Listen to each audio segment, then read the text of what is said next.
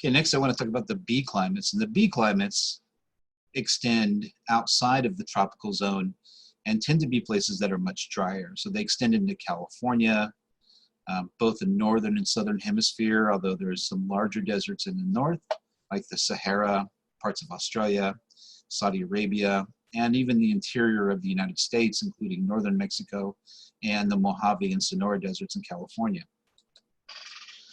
This is showing the distribution of it. The lighter colors are the driest deserts, and the darker colors are what we call steppe or grassland climates. Grassland climates are not quite as dry as deserts, but they are still relatively dry. So these are the two categories. Generally, we have desert, or what we call arid climates, and steppe, or these are called semi-arid climates, more grassland climates. And what they share in common with each other is that both lose more moisture through evaporation and transpiration of plants than they get through precipitation. So that means they have a moisture deficit, that there's less water coming in through rain than is leaving through evaporation or other processes. In other words, they're dry. These are some climate graphs for B climates. This one is for Death Valley, which is a desert in a fairly extreme example. You can see that there's very little rainfall in Death Valley. These two are steppe climates, and this one is Fresno, which is a steppe environment.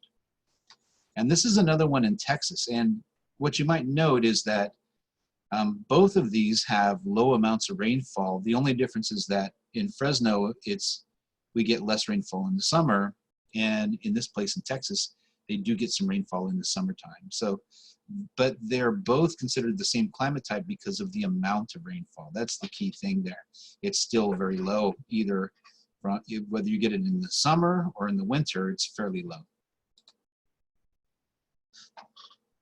These can be caused by differences in air pressure. So these are what we call the subtropical high pressure zones of the world. They tend to be associated with these desert environments. This is a global scale pattern of that generally where deserts are in the world. However, local scale patterns can play a role as well. So the Atacama Desert, one of the driest in the world, is in a rain shadow of the Andes Mountains. And in the same way that Nevada is in the rain shadow of the Sierra Nevada, this desert is in the rain shadow of the Andes Mountains. So here's just some images. This is one in Africa, quite dry environment. These are some images of deserts in California. This is what we call high desert, the Mojave with Joshua trees. And this one is low desert, or the Sonora Desert farther south in California. And just to give a quick comparison, the left is an A climate, a tropical rainforest, and this is at the other extreme. This is an environment in Death Valley, which is quite dry. One thing I'll point out, though, that even though Death Valley isn't at the equator, it gets hotter than does this tropical environment right at the equator. And one reason is because of the lack of clouds. It's because it's not cloudy in the summertime, it can be extremely hot.